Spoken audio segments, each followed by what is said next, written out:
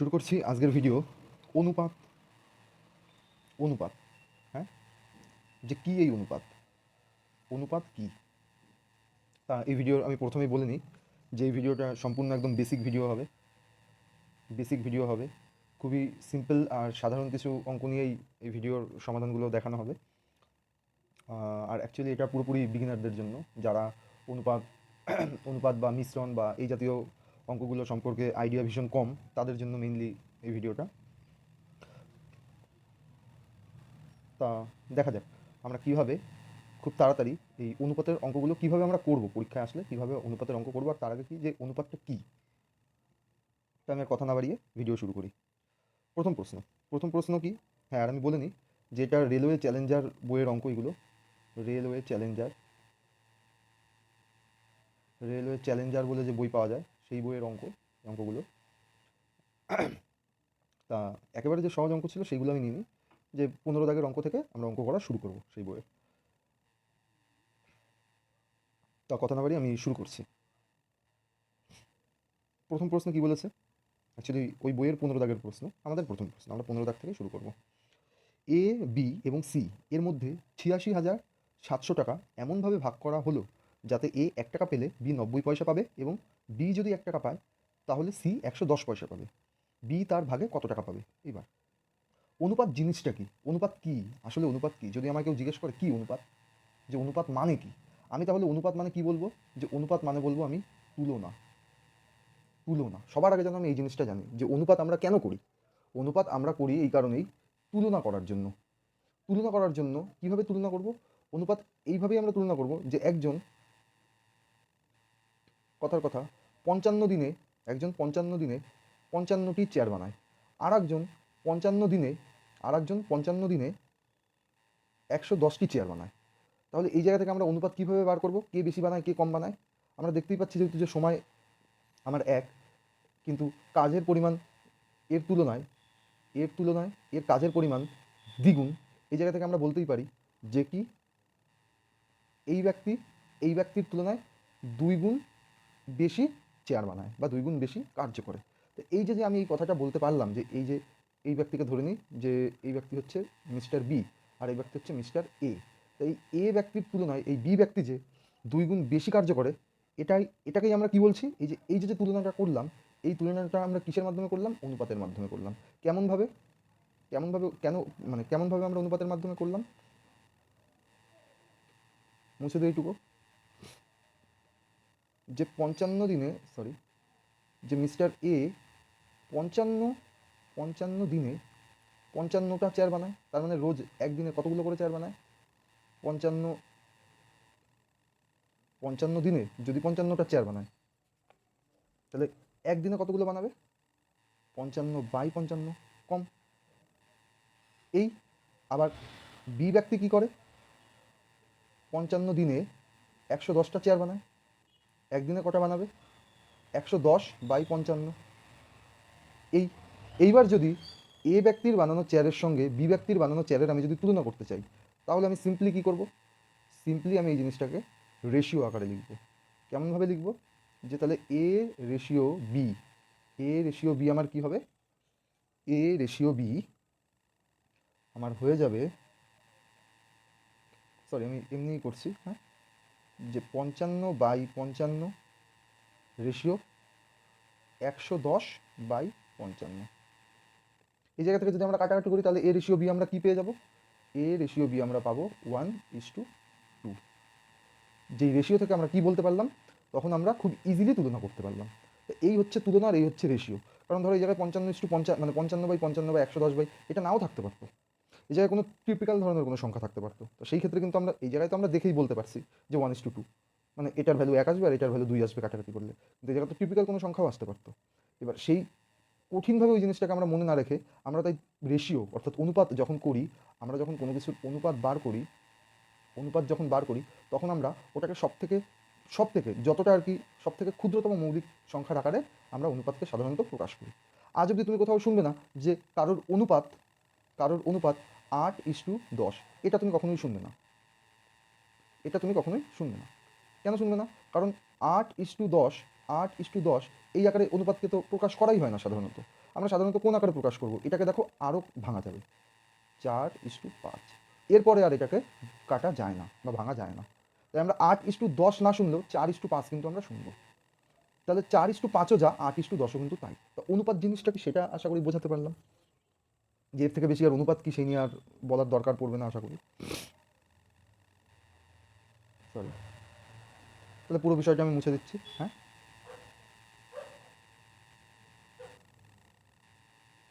অঙ্কের দিকে এগিয়ে যাই এবার, কেমন? তাহলে প্রথম অঙ্কে কি বলেছে? এ, বি এবং সি এর মধ্যে এত টাকা। হ্যাঁ, করলাম একবার। তাহলে আগে আমরা সবার আগে আমাদের কাজ কি? রেশিও বার করে নেওয়া।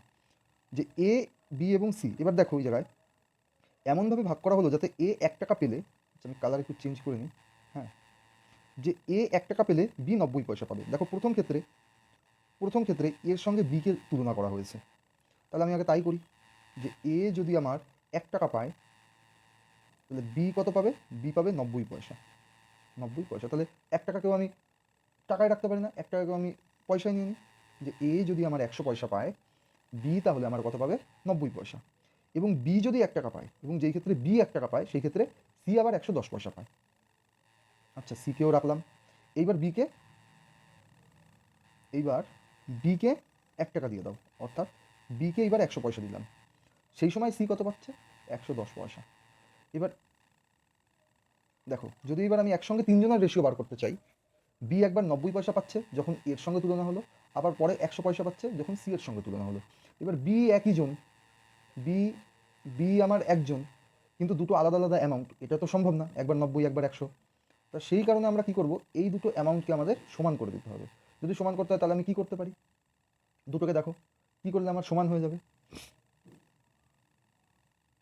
দেখো, এইটাকে আমরা গুণ করেও করতে পারি, আবার ভাগ করেও করতে পারি, তাই না? গুণ ভাগ 2 করে করতে পারি। তা গুণ করে করলেই খুব তাড়াতাড়ি হবে, সাধারণত গুণ করলেই তাড়াতাড়ি হয়, কিন্তু কিছু কিছু ক্ষেত্রে ভাগ করেও কিন্তু সমান করা যেতে পারে। তো আমরা বেশি করবো না, আমরা নর্মালি এটাকে 10 দিয়ে গুণ করে দিই। এটাকে 10 দিয়ে গুণ করে দিলাম, আর এটাকে 1 সেকেন্ড, হ্যাঁ, সিটাকে একটু পাশে নিয়ে গেলাম, আর এটাকে 9 দিয়ে গুণ করে দিলাম।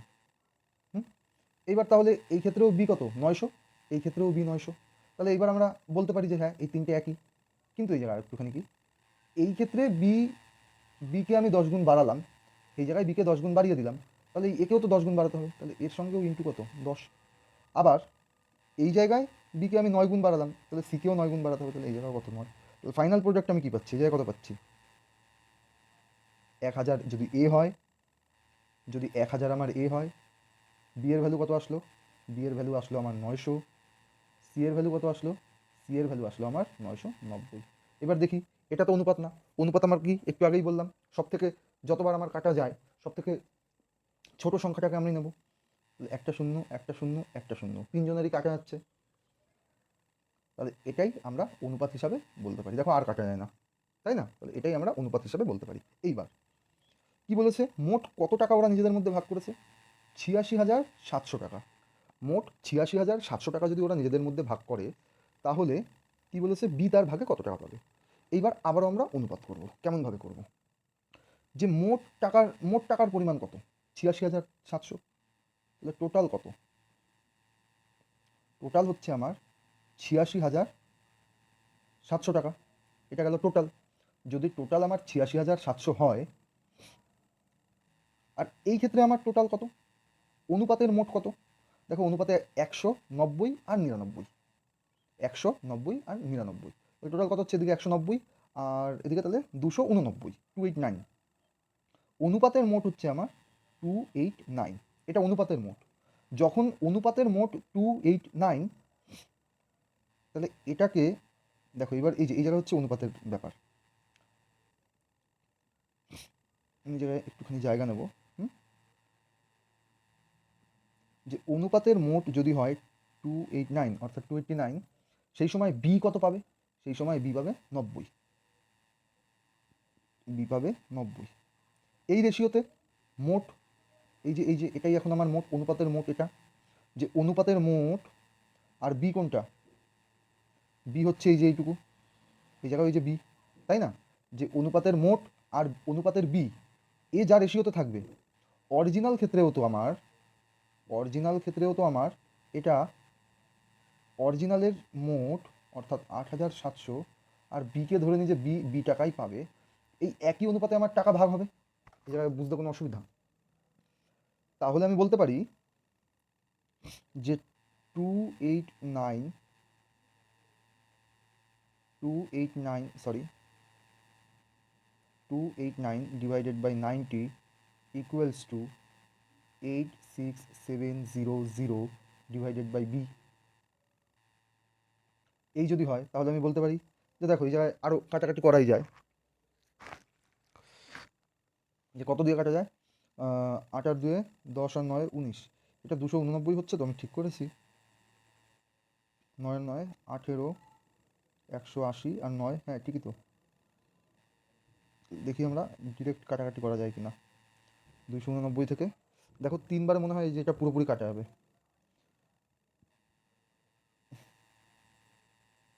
3বার এটা পুরোপুরি কাটা যায়। তাহলে 3 দিয়ে এটাকে কেটে দিই, তাহলে এইটুকু কাটলে কত, 3, 3 নং কত 27, আর কতগুলো শূন্য, একটা শূন্য, দুটো শূন্য, তিনটে শূন্য, 1 2 3, অর্থাৎ বি পাবে কত, 27,000। বোঝা গেল? তাহলে বি এর ভ্যালু কত আসলো, 27,000। তাহলে এই জায়গায় আমরা সিম্পলি কী করবো অ্যান্সার, যে এই ক্ষেত্রে বি তার ভাগের কত পাবে, 27,000 টাকা পাবে। এইবার আমি অনেক ভেঙে চুরে বললাম, এই অঙ্ক আসলে এত ভাঙাচোরার অঙ্কই না, কিন্তু তাও ভাঙলাম এই কারণেই যে যেহেতু আমি প্রথমেই বলে নিয়েছি যে যারা অনুপাতের অঙ্ক কখনো করেই নি সেরকমভাবে, সেই কারণে আমার এত ভাঙা এই অঙ্কটাকে। তা আমি এই ভিডিওতে 3টে থেকে 5টে অঙ্কর মতন নিয়ে আলোচনা করব। এর পরের ভিডিওতে আমি একটু ভালো ধরনের অঙ্ক নেব, আর সেই অঙ্কগুলো আমি খুব তাড়াতাড়ি সলভ করব, তখন কিন্তু আমি এত বলবো না। তো যাই হোক, মুছে ফেলি পুরোটা, আর পরের অঙ্কের সমাধানের দিকে আগাই। সরি,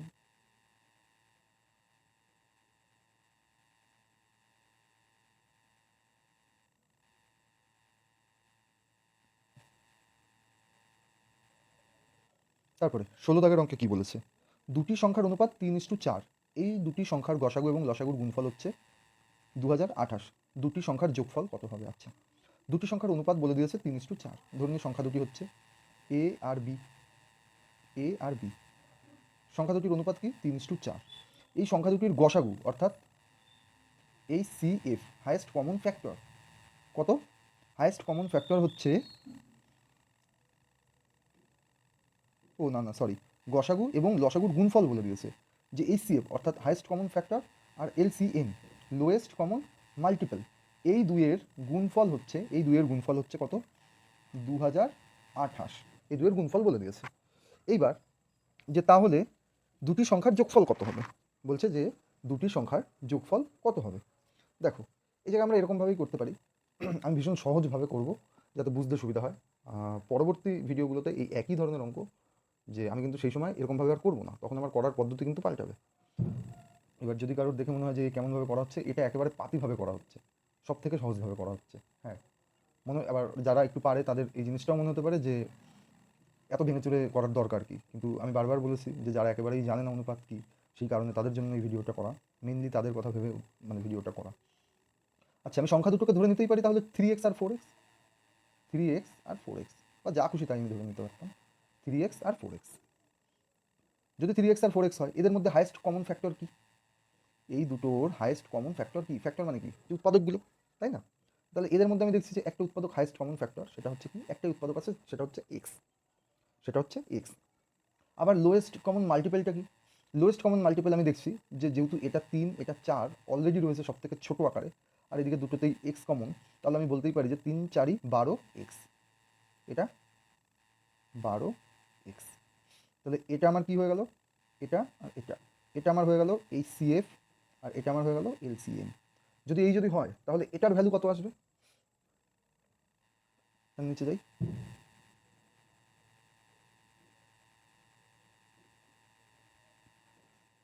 এই যদি হয়, এটা যদি HCF হয় আর এটা যদি LCM হয়, তাহলে HCF আর LCM এর গুণফল কত আসবে, বলতে পারি 12x²। আর এই 12x² একটা ভ্যালু কিন্তু বইয়ে আমায় দিয়ে দিয়েছে, 12x² একটা ভ্যালু বইয়ে আমায় দিয়ে দিয়েছে, সেটা কত? 2028। কারণ বইয়ে একটা বলে দিয়েছে যে এইচসিএফ আর এলসিএম এর গুণফল 2028। তাহলে আমি বলতে পারি যে 12x² হচ্ছে এই 2028। যদি 2028 হয়, তাহলে এই জায়গা থেকে 12 দিয়ে এটাকে কাটলে কত হবে? 12 একে 12, 8 82, 82, 5 বরং 60, 6 বরং 72, 7 বরং 84, তাহলে 6 বারং 72, তারপরে থাকছে কত? 108, 108, তাহলে 9 বারং 108, 169। x² ভ্যালু আমার চলে আসলো 169, তাহলে x এর ভ্যালু কত আসবে? এটা কত, মানে এটা কত স্কোয়ার? এটা 17, সরি এটা 13 স্কোয়ার, ভুল হলো, এটা 13 স্কোয়ার। তাহলে আমার কি হলো? x এর ভ্যালু কত চলে আসলো? x এর ভ্যালু আমার চলে আসলো 13। এইবার আমার প্রশ্নে কি বলেছে? বলেছে দুটি সংখ্যার যোগফল কত হবে। তাহলে দুটি সংখ্যার যোগফল আমার কত হবে? দেখো, সংখ্যা দুটোর যোগফল কত? 3x আর 4x, যোগফল কত? 7x। x এর ভ্যালু আমার বেরিয়ে গেল 13, তাহলে 7 13 কত? 7 13 91। তাহলে এই ক্ষেত্রে আমার অ্যান্সার কত হয়ে গেল? এক্ষেত্রে আমার answer 91, sorry 91, option number D. তো বোঝা যাচ্ছে তো? তারপর অঙ্কের দিকে আগাবো। তারপর অঙ্কে কি বলেছে? 6, 7, 15 এবং 17 এই সংখ্যাগুলির সাথে কত যোগ করলে সংখ্যাগুলি পরস্পরের সমানুপাতি হবে? তাহলে এমনি সমানুপাতি আমরা লিখে নিই যে 6/7 যা হবে, যে 15/17 তাই হতে হবে, তাই না?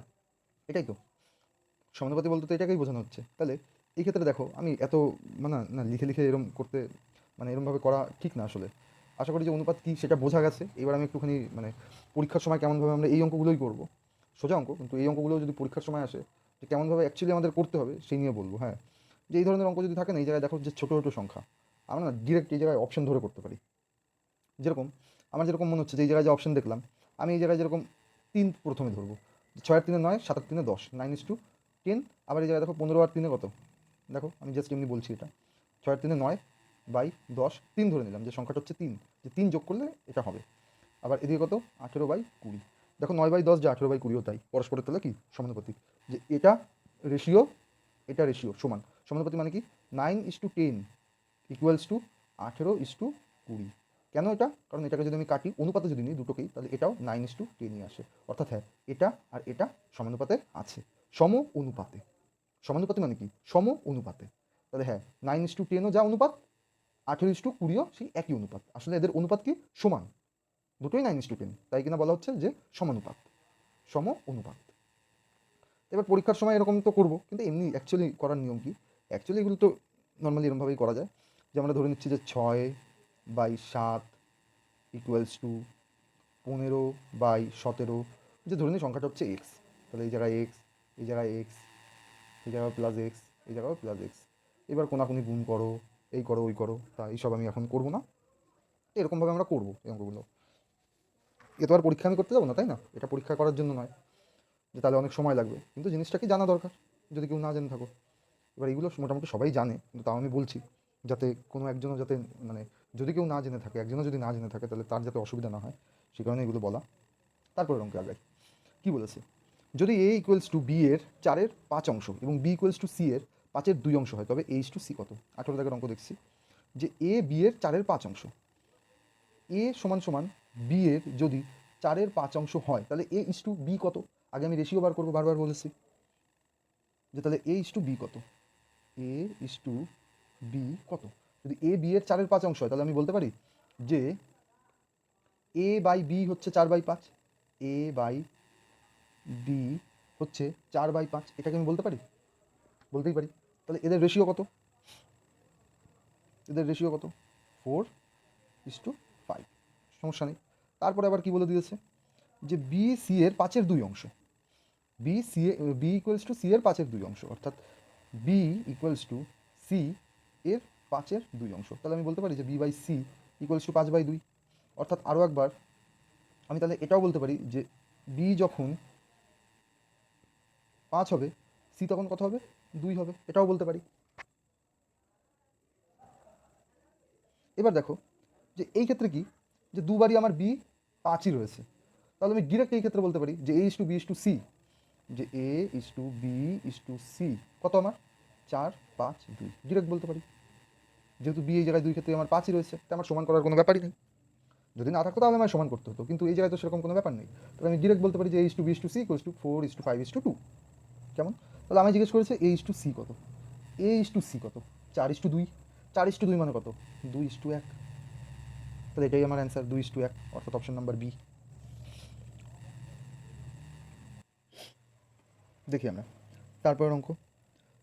দেখো তারপরে সেই একই ধরনের অনেক অঙ্ক রয়েছে, তাই আমি মোটামুটি এদিকে 21 দাগ অবধি আর বলবো না। হ্যাঁ, এই 21 দাগ অবধি মানে 19 থেকে 21 এই পর্যন্ত একটু করার চেষ্টা করবে। যদি না হয় কমেন্টে জানাবে, তাহলে আমি পরে আবারও এই অঙ্কগুলির সমাধান করাবো। এবার একটু অন্য নিয়মে যেই অঙ্ক, মানে যেই জায়গা থেকে নতুন একটু শিখতে পারবো, আমি সেই ধরনের অঙ্কে যাই। 22 দাগের অঙ্কটা দেখো, 22 দাগের অঙ্কটা একটু অন্য ধরনের। যে কী বলেছে, যে 2A সমান 3B এবং 4B সমান 5C এবং 4B সমান 5C। না, এটাও সেই একই ধরনের, তো এটাও আর করলাম না। হ্যাঁ, এটাও সেই একই ধরনের। এই জায়গা থেকে কী হবে, যে A/B একবার বার করে নিতে হবে। তো আমি একটু বলে দিচ্ছি, এবার একটু তাড়াতাড়ি বলে দিই যে কীভাবে করতে হবে অঙ্কগুলো। তো তাহলে কী হবে, সরি, যে 3/2 চলে আসলো। আবার এই জায়গা থেকে একটা অনুপাত পাবো, যে B/C। B/C রেশিও করলে কী হবে, চারিদিকে নিচে যাবে, 5 এখানেই থাকলো, চারিদিকে আসলো এই। এবার দেখো এই ক্ষেত্রে B2 আর এই ক্ষেত্রে B5, তাহলে সেই জায়গায় আমি এর সঙ্গে সিকে, সেই জায়গায় আমি এই এর সঙ্গে এই সিকে তুলনা তো করতে পারি না, যেহেতু বি এই জায়গায় আলাদা আর সি এর সঙ্গে যখন রয়েছে আলাদা অনুপাতে রয়েছে। তাহলে আমি যদি দুই ক্ষেত্রে যদি সমান করি, কীভাবে সমান করবো, এটাকে 2 দিয়ে গুণ করবো আর এটাকে 5 দিয়ে গুণ করবো। এবার যদি আমি এই জায়গায় বিকে 5 গুণ বাড়াই, তাহলে একেও আমার 5 গুণ বাড়াতে হবে, অর্থাৎ গুণ 5। আবার এই জায়গায় যদি সিকে আমি 2 গুণ বাড়াই, তাহলে সরি বিকে যদি 2 গুণ বাড়াই, তাহলে এই জায়গায় কি আমার 2 গুণ বাড়াতে হবে। তাহলে কি আমি ডিরেক্ট বলতে পারি যে A/B/C সমান সমান আমার কত, 3×5 = 15, 15 5 দুগুণী 10। এই জায়গায় দেখো যে B 5 দুগুণী 10, তাহলে এই জায়গায় ওই সি এর সঙ্গে আমি ডাইরেক্ট লিখতেই পারি এখন 4 দুগুণী 8। তাহলে কত আসলো, 15:10:8। A/C চেয়েছে, তাহলে 15:8। এরকমভাবে আমি এই অঙ্কটাকে করতেই পারি, খুব ইজি। তারপরে দেখি একটু যেটা একটু আলাদা ধরনের অঙ্ক, আমি সেই অঙ্কটাই মানে এখন করব। আদারওয়াইজ বাকি অঙ্কগুলো করতে হবে নিজেদের, নইলে কোনো দিনও বোঝাই যাবে না। দেখো 24 দাগের অঙ্কটা দেখো, এটাও আশা করি পারা যাবে। একটু আগে এই ধরনের অঙ্ক আমি একটা বলেছি। 23 দাগেরটাও পারা যাবে। 24 একটু বলি যে কীভাবে করব। দুটি সংখ্যার যোগফল এবং বিয়োগফল যথাক্রমে 100 এবং 50। সংখ্যা দুটির অনুপাত কত? তাহলে আগে আমার জানতে হবে যে সংখ্যা দুটি কত। এবার সাধারণত আমরা এই ধরনের অঙ্ক থাকলে কী করি, আমি একটা শর্টকাট ট্রিক বলতে পারো, বা একটু যে ভাবনা চিন্তা কীভাবে উন্নত করা যায় অঙ্ক করার ক্ষেত্রে, আমি সেই জিনিসটাই অঙ্কে বলবো। আমরা সাধারণত কী করি, যে A+B ধরে নিলাম যে 100, A-B ধরে নিলাম 50। তা এইসব করার না দরকার নেই, জায়গায় যাই সংখ্যা থাকুক না কেন, আমি একটা জিনিস বলি, একটু ভাবো। হ্যাঁ, একটু ভাবো যে তোমার কাছে 100টা টাকা রয়েছে, যে তোমার কাছে 100 টাকা রয়েছে। তুমি সেই 100 টাকা, তুমি এই 100 টাকা, আর তোমার দুটো ভাই রয়েছে, তোমার 2 ভাই রয়েছে। একটা ভাই ভীষণ ভালো, এক ভাই খুব ভালো ভালো, আর এক ভাই খুবই শয়তান, দুষ্টু, আর এক ভাই ভীষণ দুষ্টু। এইবার তোমার ইচ্ছা, তুমি এই 100 টাকা, তুমি এই 100 টাকা তোমার এই 2 ভাইকে দেবে, তোমার এই 2 ভাইকে তুমি এই 100 টাকা দেবে। এবার কি, যে যে ভালো অবভিয়াসলি তাকে তোমার একটু বেশি টাকা দিতে ইচ্ছে করবে, আর যে দুষ্টু ও শয়তানি করে টাকা বেশি নিয়ে নেয় সবসময়, ওকে তুমি একটু কম দিতে চাইবে, কারণ ও তো পরে এই ভালো যে ভাই, ওর থেকে তো পটিয়ে পাটিয়ে তো টাকা পরে নিয়ে নেবে কিছু। তা যদি দুজনকেই তুমি সমান দাও, তাহলে এই দুষ্টু যে ভাই, এই ভাই কী করবে, ওই ভালোকে পটিয়ে কিছু টাকা নিয়ে নেবে, ও বেশি নিয়ে নেবে, এ বেশি নিয়ে নেবে। তা তুমি তাই ঠিক করলে যে আমি ভালো ভাইকে বেশি টাকা দেবো, দুষ্টু ভাইকে কম টাকা দেবো, কিন্তু ওদেরকে দেখাবো এমন যে ওদেরকে যেন আমি সমান সমানই টাকা দিচ্ছি, ওদের সামনে আমি দেখাবো যে সমান সমানই টাকা দিচ্ছি। তাহলে যদি এরকম তোমায় করতে হয়, এবার তাহলে তুমি ভাবো যে মোট তুমি, তোমার কাছে 100 টাকা রয়েছে, মোট তোমার কাছে 100 টাকা রয়েছে, তুমি একজনকে বেশি দেবে, একজনকে কম দেবে। কত কম বেশি দেবে? 50 কম বেশি দেবে, কারণ 50 যদি একজনকে কম বেশি দাও, তাহলেই তো ডিফারেন্স 50 হবে। তাহলে যেটা ডিফারেন্স, সংখ্যা দুটোর যা ডিফারেন্স, সেই ডিফারেন্সটাকে তুমি আগেই বাদ দিয়ে দাও, সেই ডিফারেন্সটাকে আগেই তুমি বাদ দিয়ে দাও, ওই 50কে তুমি আগেই বাদ দিয়ে দাও। ওই 50 টাকার কথা এই দুজনকে দেখাবেই না, প্রথমে প্রথমে দেখাবে এমনভাবে যে তোমার কাছে আছেই 50 টাকা, তুমি এই 50 টাকা ভালোকে আর দুষ্টুকে সমানভাবে দিয়ে দাও, 25 টাকা 25 টাকা দুজনকে দিয়ে দাও। ওরা দুজনেই কত পেলো, 25 পেলো, ও 25 পেলো। ওরা জানলো যে হ্যাঁ আমরা দুজনেই সমান টাকা পেলাম, কোনো ঝামেলা নেই দুজনের মধ্যে। এইবার পরে এই ভালো ভাইকে ডেকে তুমি আরও 50 টাকা দিয়ে দিলে। আমরা এই করবো, তাই না? তাহলে এবার দেখো যে এই ক্ষেত্রে কী হলো, যে সংখ্যা দুটোর যোগফল কত, সংখ্যা দুটোর যোগফল 50 25, মানে ভালো ভাইকে তুমি 75 টাকা দিলে আর দুষ্টু ভাইকে তুমি 25 টাকা দিলে। আমি এটাই বলতে চাইছি যে যখন আমরা কোনো সংখ্যার ডিফারেন্স যখন আমরা জানবো, আবার সংখ্যা দুটো মোট কত সেটাও আমরা জানবো, যে তাহলে যদি ডিফারেন্সটাকেই আমরা যদি প্রথমে সরিয়ে নিই, ডিফারেন্সটাকেই আমরা প্রথমে যেটা ডিফারেন্স সেটাকেই আমরা প্রথমে লুকিয়ে দিলাম, হাইড করে দিলাম, দেখালাম না, আর যেটা তারপরে পড়ে থাকলো সেটাকেই যদি আমরা ইকুয়াল ভাগ করে দিই, দুটো সমান ইকুয়াল ভাগ করে দিলাম, তারপরে ডিফারেন্সটাকে একজনকে দিয়ে দিলাম, তাহলেই আমার বেরিয়ে যাবে। আমি আরও কিছু উদাহরণের মাধ্যমে জিনিসটাকে বোঝানোর চেষ্টা করি যে আমি অ্যাকচুয়ালি কী বলতে চাইছি। যে এবার দেখো যে দুটি সংখ্যার যোগফল ধরো যে 200, তাদের বিয়োগফল তোমায় বলে দিয়েছে 100। তাহলে এই বিয়োগফল যেটা ডিফারেন্স, সেই ডিফারেন্সটাকে তুমি প্রথমেই সরিয়ে দাও, কারণ এই ডিফারেন্সটা তুমি একজনকে দিচ্ছ বলেই তো এটা ডিফারেন্স। যদি তুমি এই 100 নাই দাও তাহলে তো ডিফারেন্স হতোই না, তাহলে তো সমান সমানই পেতো। তাই আমি বলছি যে প্রথমেই এই 100কে তুমি সরিয়ে দাও, তাহলে তোমার কাছে কত থাকলো, 100 থাকলো। এইবার এই 100কে দুজনকে সমানভাবে ভাগ করে দাও, 50 50। তারপরে যাকে তুমি আরও 100 বেশি দিতে চাও তাকে 100 দিয়ে দাও, যেটা ভালো ওকে আরও 100 বেশি দিয়ে দাও। তাহলে দুটো সংখ্যা কত হয়ে যাবে, 150 আর 50। যাদের যোগফল কি 200, যাদের বিয়োগফল কি, বিয়োগফল কত হবে, বিয়োগফল হবে 100। বোঝা গেল আশা করি। তো এই অঙ্কতেও তাই, এই অঙ্কের ক্ষেত্রেও তাহলে তাই। আর সঙ্গে কি বলেছে, যে সংখ্যা দুটির অনুপাত কত। তাহলে এই অঙ্কটার ক্ষেত্রে কত, যথাক্রমে 100 এবং 50, তাহলে সংখ্যা দুটির রেশিও কত হবে, একটা সংখ্যা 75 আর একটা সংখ্যা 25, রেশিও কত হবে 3:1। বোঝা যাচ্ছে। অঙ্ক যদিও একই, তাও আমি এটা একটু বললাম। তাই 25 দাগের অঙ্ক এগুলো আর করানোর দরকার দেখি, যে একটু প্রদর্শনীতে প্রথম দিন দর্শকের কাছ থেকে, দ্বিতীয় দিন এত করে নেওয়া হলো এবং তৃতীয় দিনে এত নেওয়া হলো, দর্শকের সংখ্যার অনুপাত। আচ্ছা এই জায়গায় একটু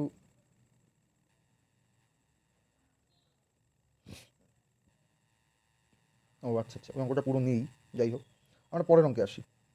26 দাগের অঙ্কে আসি। বিকল্পগুলির মধ্যে কোন অনুপাতটি বৃহত্তম। দেখো অনুপাত বৃহত্তম বলতে 7/15, 15/23, 17/25 আর 21/29। তাহলে আমরা এই অঙ্ক কেমনভাবে করবো, 7/7:15 মানে আমরা জানি 7/15, তার মানে সংখ্যাগুলি আমরা এরকম ধরে নিতে পারি যে অনুপাতগুলোকেই আমরা সংখ্যা ধরে নিচ্ছি, যে এটা একটা 7/15, তারপরে কত 15/23, তারপরে কত 17/25, আর সবার শেষে কত 21/29। দেখো এইগুলো তো আমি তো আমার নিজের এক ধরনের করি, কিন্তু ওটা কোনো ধরনই নয় অ্যাকচুয়ালি, ওটা পুরোপুরি ভাবনা। তাই আমি আমার ভাবনাটা আমি এখন এই জায়গায় শেয়ার করব না, আমি এমনি অ্যাকচুয়াল অ্যাপ্রোচটা বলবো, পরীক্ষার খাতায় কীভাবে করবে সেটাই বলবো। দেখো প্রথমে আমি দুটো দুটো করে সংখ্যা নিয়ে নিই, হ্যাঁ প্রথমে আমি দুটো দুটো করে সংখ্যা নিয়ে নিচ্ছি, এই দুটোকে নিয়ে নিলাম। এবার তুমি দেখো 7/23 কত হবে, আর 15/15 কত হবে, 15/15 কত হয় 225 জানি, আর 7 দুগুণী 14, 3 7 21। তাহলে দেখো যে এইখানে যদি আমি গুণ করি, তাহলে যার এই ওপর অর্থাৎ লব যার বড় হবে সেই সংখ্যাটাকেই বড় ধরবে, হর দিয়ে অন্য আর একটা যার সঙ্গে তুলনা করব তার হর দিয়ে যার সঙ্গে তুলনা করব তার লবকে মাল্টিপল করব। অর্থাৎ এখন প্রথমে এই দুটোর মধ্যে তুলনা করছি, তাহলে এই সংখ্যাটার হর দিয়ে প্রথম সংখ্যার হর দিয়ে একবার দ্বিতীয় সংখ্যার লবকে মাল্টিপল করব, আর একবার দ্বিতীয় সংখ্যার হর দিয়ে প্রথম সংখ্যার লবকে মাল্টিপল করব। দেখো তাহলে কী হবে, 15/15 225, তাহলে এটাতে জানি যে এটা 225 আসবে। আর 23 গুণ 7, 7 দুগুণী কত 14, আর 3 7 21, অর্থাৎ এটাতে আসবে 160 সামথিং। তাহলে এই জায়গা থেকে বোঝা গেল যে এই দুটোর মধ্যে তুলনা করে আমি কী পেলাম, এই দুটোর মধ্যে তুলনা করাতে আমি পেলাম যে এই সংখ্যাটা আপাতত আমার বড় এই দুটোর মধ্যে। তাহলে এটা তো আমার বাদ হয়েই গেল, যেহেতু আমার বড় সংখ্যা চেয়েছে, তাহলে এই সংখ্যাটা কিন্তু আমার বাদ হয়ে গেল। তারপরে কি, এইবার এই দুটোর মধ্যে তুলনা করি, দেখি কি হয়, যে 25 গুণ 21, এটাকে 21 ধরার দরকারই নেই, এটাকে 20 ধরে নাও। এটাকে আমরা 20 ধরে নিচ্ছি। তাহলে 25 গুণ 20, তাহলে এটা কত আসবে, এটার ভ্যালু মোটামুটি ওই 500 সামথিং আসবে, যে 525 এরকম আসবে, তাই না, 525 আসবে, অ্যাকচুয়াল ভ্যালু 525। আর এই 29টাকে যদি আমি 30 ধরে নিই মনে মনে, 3 17 কত, যে এটাকে যদি 30ও ধরি, 30 দিয়েও যদি গুণ করি, তাহলেও এটা আমার কত আসছে, তাহলেও এই সংখ্যাটার ম্যাক্সিমাম ভ্যালু 510-এর একটু কম আসবে, কিন্তু তাও যেটাকে 30 ধরলেও 510ই আসবে। তাহলে এই দুটোর মধ্যে কম্পেয়ার করাতে আমার এটা বাদ হয়ে গেল, বোঝা যাচ্ছে, এটা আমার বাদ হয়ে গেল। তাহলে এবার পড়ে থাকলো আমার সংখ্যা কোন দুটো, এটা আর এটা, এই দুজনের মধ্যে এবার কম্পেয়ার করবো। 23 গুণ 21 কত হতে পারে, 23 গুণ 21, দেখো এটাকে আমরা এক কাজ করি, এটাকে আমরা মনে মনে এখন 20 ধরে নিই, এই সংখ্যাটাকে আমরা 20 ধরে নিই। 23 দুগুণে কত হবে, এটার ভ্যালু চলে আসবে আমার 460, 460 প্লাস 23 সঙ্গে 23 অ্যাকচুয়াল ভ্যালু। অ্যাকচুয়াল ভ্যালু প্রথমে বার করার দরকার নেই, তো আমি বার করছি যেহেতু সহজ এই ক্ষেত্রে। আর 29 দিয়ে 15, এটাকে আমরা মোটামুটি ধরে নিচ্ছি 30, এটাকে যদি 30ও ধরি, 30 ধরলেও 15 দুগুণী কত সরি একটু ভুল করলাম, এটা তো এটার নিচে হবে তাই না, এটা এটার নিচে হবে, যেহেতু 23 দিয়ে 21কে গুণ করেছি, তারপরে এই যে এটাকে পেয়েছি, মানে এর লবকে গুণ করেছি, লবের সঙ্গে গুণ করে যেটা হবে তার নিচে লিখবো। এবার কি এই 29কে 30 ধরলাম, 30 ধরে এই 15-এর সঙ্গে মাল্টিপ্লাই করলাম, তাহলে আমার কত হবে, 15 তো 30, 3 15 কত 45, তাহলেও এটার ভ্যালু আসবে ম্যাক্সিমাম 450। তাহলে দেখা যাচ্ছে যে এটার তুলনায় এটা অনেকটাই বেশি, তাহলে আমার এই জায়গায় কোনটা, এটা হয়ে যাবে সবথেকে বড় সংখ্যা, এটা হয়ে যাবে আমার সবথেকে বড় সংখ্যা, অর্থাৎ 21/29 এই অনুপাতটা আমার সবথেকে বড় অনুপাত, এই অনুপাতটা আমার সবথেকে বড় অনুপাত। কেমন?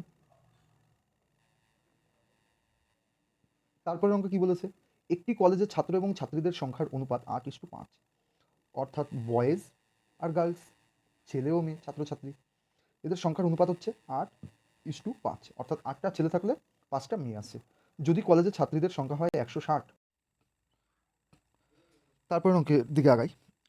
বলে দিয়েছে কি, রাম এবং মোহনের বয়সের অনুপাত 4:5, মোহন এবং অনিলের বয়সের অনুপাত 5:6, যদি তাদের বয়সের যোগফল 90 বছর হয়। সে একই ধরনের অঙ্ক। তারপরে কিছু অঙ্কের দিকে আগাই, দেখি 29 দাগের অঙ্কে কি বলেছে, যে এ এবং বি এর আয়ের অনুপাত, এ এবং বি এর আয়ের অনুপাত, এ এবং বি এদের আয়ের অনুপাত হচ্ছে 3:2, এবং তাদের ব্যয়ের অনুপাত 5:3। যদি তাদের ব্যক্তিগত সঞ্চয় 1000 টাকা হয় তবে এ এর আয় কত? দেখো, আমি এর আগের দিনে এই জিনিসটা বলেছিলাম। দেখো, আমি এই অঙ্কটার ক্ষেত্রে আজকে একটু এক্স ধরে আগে করাই, হ্যাঁ, তারপরে আমি অন্য জিনিস, মানে অন্য পদ্ধতি অ্যাপ্লাই করব। যে এক্স ধরে করানোর কারণ কি সেটাও বলে দিই। এক্স ধরে করানোর কারণ এই, যাতে বেসিক জিনিসটা বোঝা যায়। এ এবং বি এর আয়ের অনুপাত যদি 3.2 হয়, আমি ধরে নিচ্ছি যে আয় করে ওরা, আয় যথাক্রমে 3x টাকা ও 2x টাকা, এটা ওদের আয়, আর সঞ্চয় করে 1000 টাকা।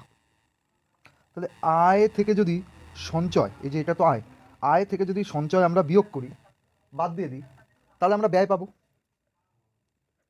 তাহলে আমরা ব্যয় পেয়ে যাব। তাহলে আমি এখানে এটা লিখতেই পারি যে 3x আয় করলো, সঞ্চয় করলো 1000 টাকা, এ কী করলো বি, 2x আয় করলো, সঞ্চয় করলো 1000 টাকা। তাহলে এই যে এটাই তাহলে কি ব্যয়ের অনুপাত, এ ও বি এর ব্যয় তাহলে এত টাকা আয় বিয়োগ সঞ্চয়, তাহলে ব্যয়, এটাও তাই। আবার ব্যয়ের অনুপাত একটা এখানে বলেও দিয়েছে, তাহলে এটাকে যদি আমরা লিখি 5/3 লিখতেই পারি। এটা করলেও আমার সমাধান বেরোবে, যদি আমি এটা করি এতেও কিন্তু আমার সমাধান বেরোবে। আর কি করা যেতে পারে, কিন্তু পরীক্ষার সময় আমি এইসব নিয়মে অঙ্ক করবো না, এতে অনেক ঝামেলা হয়ে যাবে, ক্রস করো, গুণ করো, মাল্টিপ্লিকেশন, প্রচুর ঝামেলা, এটা আমি পরীক্ষার সময় করবো না।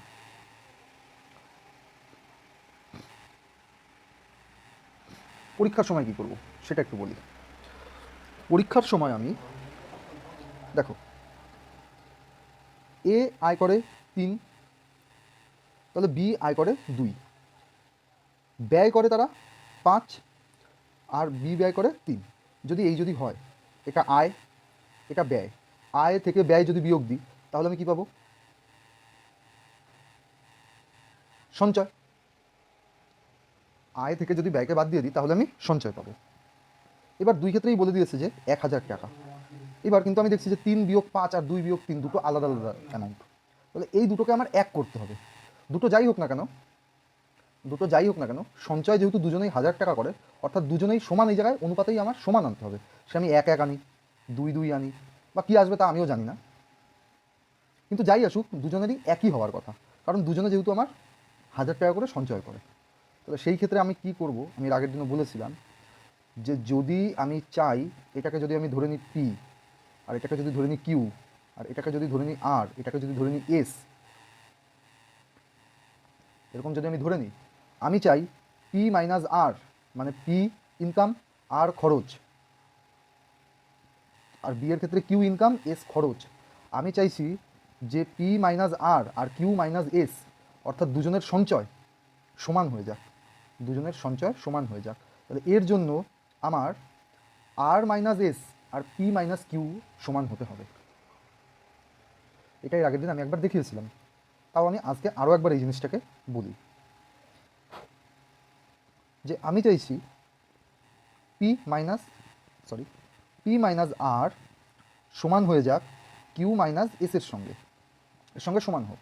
তাহলে এর জন্য দেখো পি এই পাশেই থাকলো, কিউকে এই পাশে আনলাম, পি মাইনাস কিউ সমান সমান আর মাইনাস এস এর সঙ্গে ইকুয়াল হতে হবে। বোঝাচ্ছে জিনিসটা?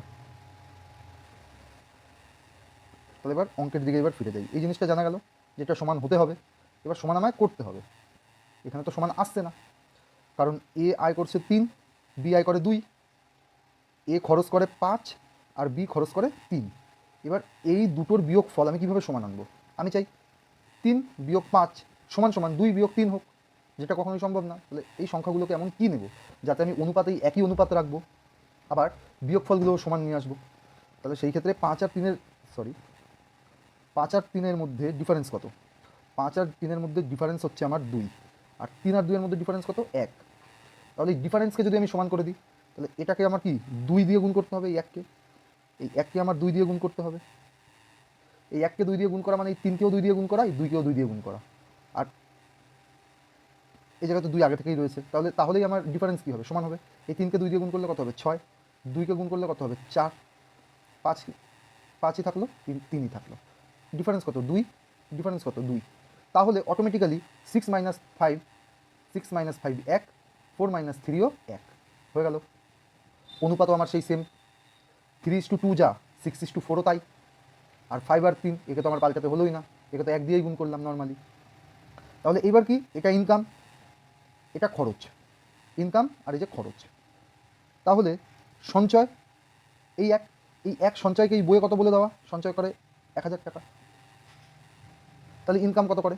এর আয় জিজ্ঞেস করেছে, তাহলে এর আয় কত? 1-এর ভ্যালু যদি 1000 হয়, 6-এর ভ্যালু কত হবে? 6000। তাহলে এর অ্যান্সার কী হয়ে যাবে? 6000। অন্য কালার নেই, তো 6000 হয়ে গেল। তারপরেও সেই একই ধরনের কিছু অঙ্ক, একই ধরনের অঙ্কগুলি ইগনোর করব। দেখি তারপরে আবার আমি তাও এই 31 দাগের অঙ্কটা একটু করে দেখাই যে পরীক্ষায় আসলে আমি অ্যাকচুয়ালি কী করব। পরীক্ষায় যখন আমার এই অঙ্কগুলি আসবে তখন আমি কী করব। 31, এ এবং বি এর মাসিক আয়ের অনুপাত 5:4, এ বি মাসিক আয়ের অনুপাত 5:4, তাদের ব্যয়ের অনুপাত 3:2। যদি উভয়ই মাসে 800 টাকা করে সঞ্চয় করে তবে এ এর মাসিক আয় কত? 5 বিয়োগ 3 কত? 2, 4 বিয়োগ 2 কত? 2। এই ক্ষেত্রে দেখছি যে অলরেডি সমান রয়েছে। দেখো এবার একটা জিনিস, অলরেডি সমান যেগুলোর হয় সেগুলো অটোমেটিক্যালি 3 বিয়োগ 2 1, 5 বিয়োগ 4 1, এই ডিফারেন্সটাও সমান হতে হয়, তাহলেই গিয়ে এটা সমান আসে। তাহলে দুজনেই 2 টাকা করে সঞ্চয় করে, যে 5 টাকা ইনকাম করে 3 টাকা খরচ করে, আর একজন 4 টাকা ইনকাম করে 2 টাকা খরচ করে, সঞ্চয় করে 2 টাকা দুজনেই। আর এই 2 টাকাই এখানে বলে দিয়েছে কত? 800 টাকা। তাহলে আমি বলতে পারি যে 2 হচ্ছে 800। তাহলে এর আয় কত অনুপাতের? 5। তাহলে 5-এর ভ্যালু কত হবে? 2-এর ভ্যালু যদি 800 হয় তাহলে 5-এর ভ্যালু হবে 4 5 20, 2000, অর্থাৎ অপশন নাম্বার ডি। তারপরের দাগের অঙ্কটাও অনেকটাই এই একই ধরনের। 10 বছর আগে এ এবং বি এর বয়সের এর বয়স বি এর অর্ধেক ছিল। তাহলে এ আর বি 10 বছর আগে অর্ধেক ছিল। আচ্ছা, এ এর বয়স বি এর অর্ধেক ছিল, অর্থাৎ বি এর যদি 2 হয় তাহলে এর ছিল 1। এই হচ্ছে অনুপাত 10 বছর আগে। পাশে লিখে দিই 10 ইয়ার অ্যাগো, 10 বছর আগে। যদি তাদের বয়সের অনুপাত 3:4 হয় তবে তাদের বয়সের সমষ্টি কত হবে? এইখানে এরকম ধরনের কোনো কিছু জিজ্ঞেসই করেনি, এই জায়গায় জাস্ট বলছে 10 বছর আগে ওদের বয়সের অনুপাত ছিল 10 বছর আগে অর্ধেক ছিল। যদি তাদের বয়সের অনুপাত 3:4 হয়, অর্থাৎ প্রেজেন্টে তাদের বয়সের অনুপাত হচ্ছে 3.4, তাহলে তাদের বয়সের সমষ্টি কত হবে? এবার দেখো বয়সের ক্ষেত্রে কী হয়, 10 বছর আগে এই অনুপাতের ছিল, 10 বছর পরে দুজনের বয়সই তো 10 বাড়লো, মানে এই 1 থেকে 3 হলো, এটাও 10 বাড়লো, 2 থেকে 4 হলো, এটাও 10ই বাড়লো। এবার 10 কি আমার বাড়লো? 1 থেকে 3 হলো, 2 বাড়লো, 2 থেকে 4 হলো, 2 বাড়লো। এই 2 হচ্ছে 10, এই 2 হচ্ছে 10। তাহলে 2 যদি 10 হয় তাহলে 1 কত? 5। তাদের বয়সের সমষ্টি জিজ্ঞেস করেছে, 1 হচ্ছে 5, তাহলে সমষ্টি কত বর্তমান বয়সের? 3 আর 4 যোগ করলে কত হবে? 7। তাহলে 7-এর ভ্যালু কত হবে? 35, তাহলে 35। Option number C. তো এই হচ্ছে এই অঙ্ক। এরপরে যে অঙ্কগুলি বাদবে সেগুলিও করানো হবে।